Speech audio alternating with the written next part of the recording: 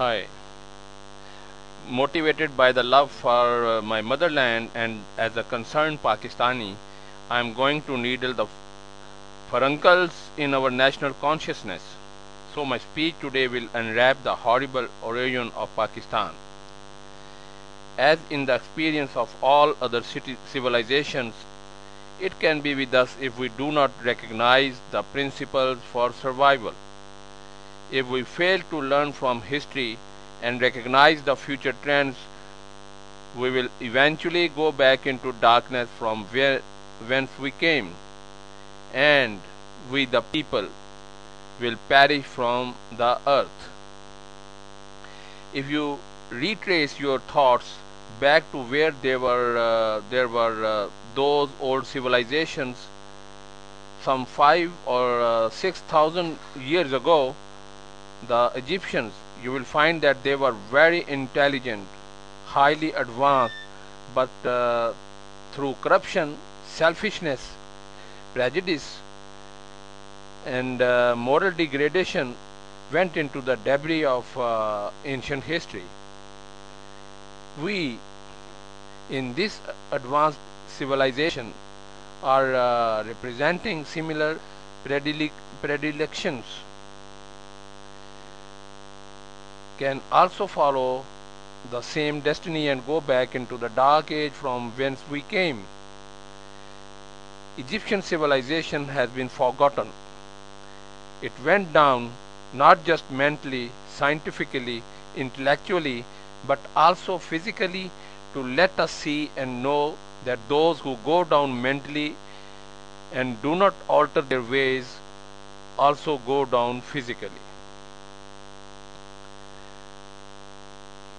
After the independence, we lost our vision, transformed into one of the corrupt nations worldwide. All the nasty crimes once akin to the West are now dominating our national life. And last but not the least, each individual of Pakistan seems to be on the looting binge. Instead of contributing our role in nation building, we started pillaging our own land. When we are nurturing the same traits that caused extinction of Egyptian civilization, why then our destiny would be any different? The societies that sustain physically, mentally, and otherwise are those which undergo a series of divergences in development, much like the branching of a tree. The dynamic people are those who are responsive to issues, essentially open, fast-paced, balanced, and tend to survive and prosper on a fairly reliable basis. Problems come to them, but they usually manage to work them out. The struggle society of Pakistan certainly outdoes the people in narrow areas of endeavor from time to time, and becoming more retarded in overall development as time goes by.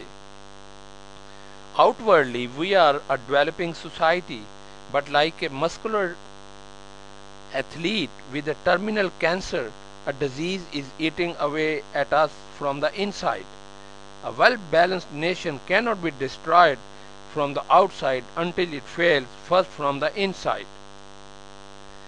No matter how well we might arm ourselves against enemies outside our borders, we need to primarily identify the moral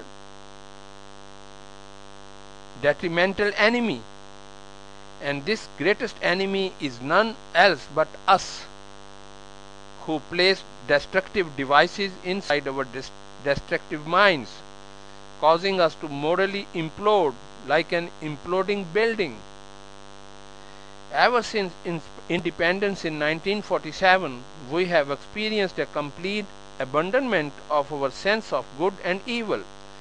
The true crisis of our time has nothing to do with monetary troubles, unemployment, or terrorism. The true crisis has to do with the fact that we have lost our way. If you drop say, frog into a pot of boiling water, the frog will immediately jump out. But if you place the frog in a pot of lukewarm water and slowly turn out the heat, the relaxed frog will just swim around, growing accustomed to the increasing warmth until it eventually boils to death. This is what is happening to us and our cultural decay.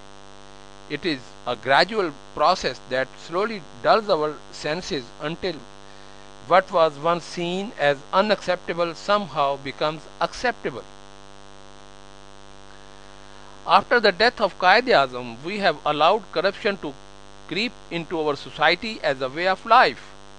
Thus, we have become desensitized to corruption, and our moral judgment is impaired. Even worse, at each step along the way, we eliminated Islamic injunctions from our lives and culture.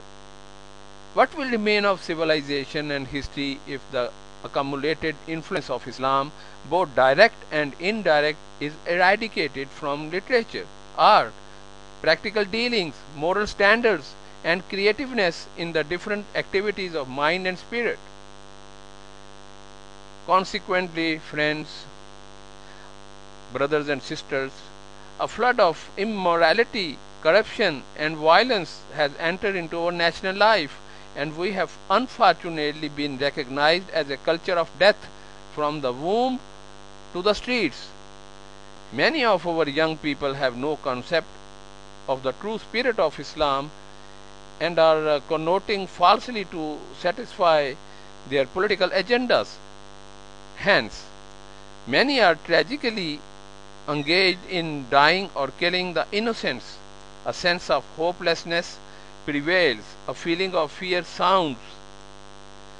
We have forgotten our true nature, divinity, because scientifically it cannot be proved.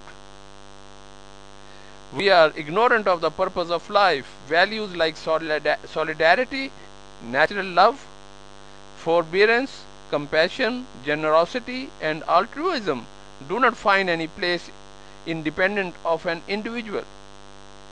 The culture shows signs of degeneration into lawlessness, disease, and want on the one hand, and affluence and sense gratification of wanton degree on the other. With this decline in cultural values, ethical values are also eroded. Not one particular field is afflicted with this virus of corruption.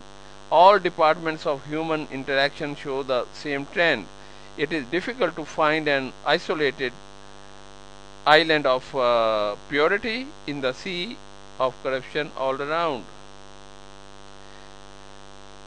Ethics is the reflection of cultural health of the society. In course of evolution of human societies, man creates progressive cultural and moral ethos. But then a stage comes when cultural growth slows down for want of fresh ideas. Consequently, ethics also remain a mere shadow of its own previous glory.